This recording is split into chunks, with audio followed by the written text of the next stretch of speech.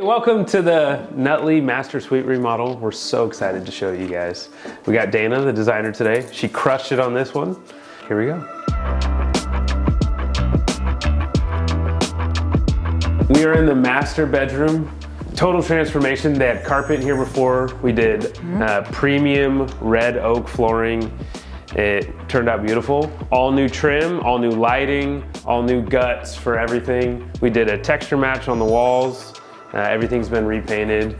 And Dayna came in and styled it up, made it look beautiful. The clients are gonna end up keeping all the furniture. On the other side of this room was their office, or a bedroom that they were using as an office. We suggested taking this kind of large alcove that was part of the previous office or room behind us and turning this into a secondary walk-in closet. We went and reframed everything. We have a cavity slider pocket door, best pocket doors on the market. So we made a his and hers closet. So this is gonna be his closet over here. Having two walk-in closets in the master suite adds a lot of value. And it just totally transformed this entire space. It's a really big bedroom. Some of the changes that we made in this space was 4-inch can lighting. I like 4-inch, it's just a little more modern. The 6 inches look a little too big and clunky, so we did 4-inch can lighting. We switched the can lights over here to be individual so that as they can use it as a reading light, they wanted to be able to have individual reading lights. Just little things you're thinking, how are we gonna use this space? All new trim around the windows, just brought it up to standard. It had a drywall wrap before, now it's all been, has new liners, and Dayna helped with the shade design. Obviously custom drapery is always a nice luxury. They are really nice because obviously you have a little bit of the sheer for just light diffusion, but you still get the light coming in, but you can close them for privacy. A little bit more function than just having standard curtain panels. Okay, so one of the things that we did for the master closet design, the original, the old room, the doorway to go into the master bedroom was actually located right here. This was one big long wall. And before, the closet was very choppy. There was lots of twists and turns. And so we kind of made this seem a little bit more updated. Now you walk into just a nice big closet. In the original plan, you kind of walked in and then you had to take a turn and go down a little hall, and then it was just a little dated, so. We did 2 pocket doors, just so that there was no weird swings to door spacing. All new cabinets for the built-ins. The client also wanted washer and dryer in the closet, master closet. It being in the upper floor, you're always worried about water and warranty work and stuff like that. And so we installed this stainless steel pan underneath. And we had to customize it and stuff to make it so it's just perfect. But if there's ever a leak or your washer and dryer fails, which happens, or it's not cleaned, or your maintenance stuff isn't done properly, you can have a leak. Well, now we're not worried about totally destroying things and having a water damage claim. And so that's something that I love. It just makes me sleep a little better knowing that everyone's gonna be taken care of. This is a little cupboard under the stairs. But this is a little cupboard for the kids. It used to be an old closet space. Around the corner, we made a little entry door to the spare bedroom up here so the kids can come in here and play. Grandma wanted there to still be a lock in case she was in the bathroom. This is the master bath. We have a freestanding tub, a nice big 6x3 shower. The changes in here are obviously all the tile and tub, a brand new vanity. My team built this as a custom vanity. And then all new lighting, new fan. We found this gorgeous porcelain tile for the floor, which Matt also, him and his team installed heated floors. So this is all just kind of a nice luxury feature. But user-friendly, we put this in the kids' bath as well. And it's just, the patina that's on this floor is probably one of my favorite things because it really lends itself to real life. It's not so perfect that you're gonna notice everyday living. Then of course we did a little accent tile in the shower pan and in the niches, and the client really wanted a lot to have the blue and the green. Those were her colors that she really loved. For the stone inside our niches and also for this pony wall cap, it's the same stone from the countertops, but we just had our countertop guy fabricate it. He just milled it down to be a little skinnier, so it keeps that modern vibe that we're kind of going for. It is a curbless shower pan. They want to make sure that things are ADA accessible and stuff as they get older, and they actually have their mom, who's almost 100 years old here, that is living here, and so just making sure that they can get her in and out and wheel her in and out was very important.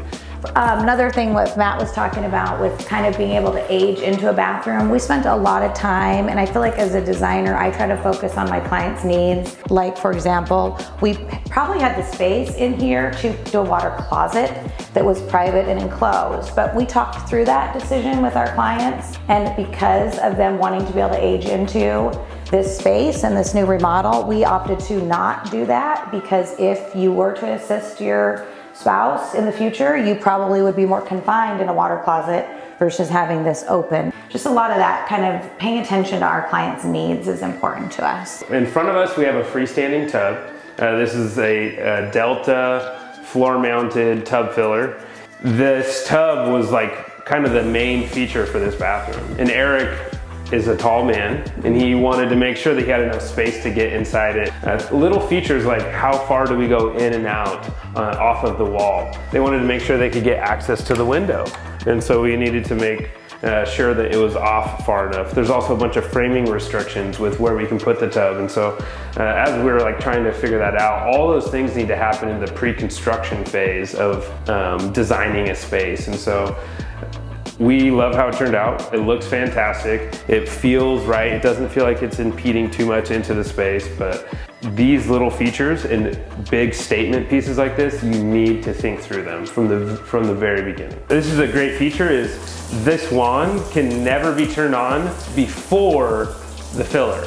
It's a safety feature, because what if you had your wand face this way and a kid came in and went and cranked the handle, right? It can't be done. So now we're going to shut it off and see it pop back in.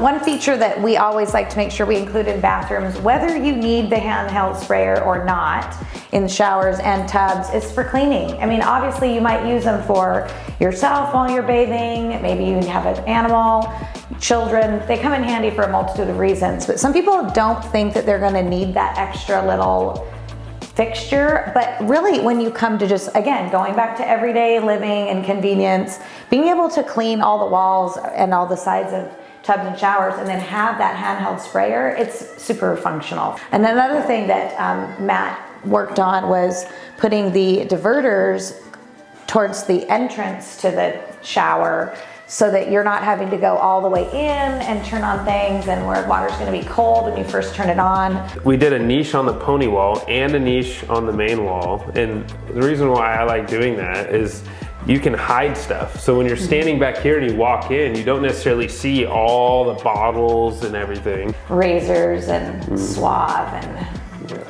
non-aesthetic bottles of products when you're walking your bathroom. This one was probably fairly simple as far as cabinet design goes, but it's still part of the design process. Like, we want to get into those details, find out how they use their space, which side, his and hers, where you stand, what you need. This piece was custom built by my team, and we painted it in our shop. And the nice part about that is when Dayna brings a design to us, we can build whatever she wants. And so we just need direction, and then we can just go for it. So I went around and selected different materials for it, and it's actually, the micro shaker pieces are made out of oak.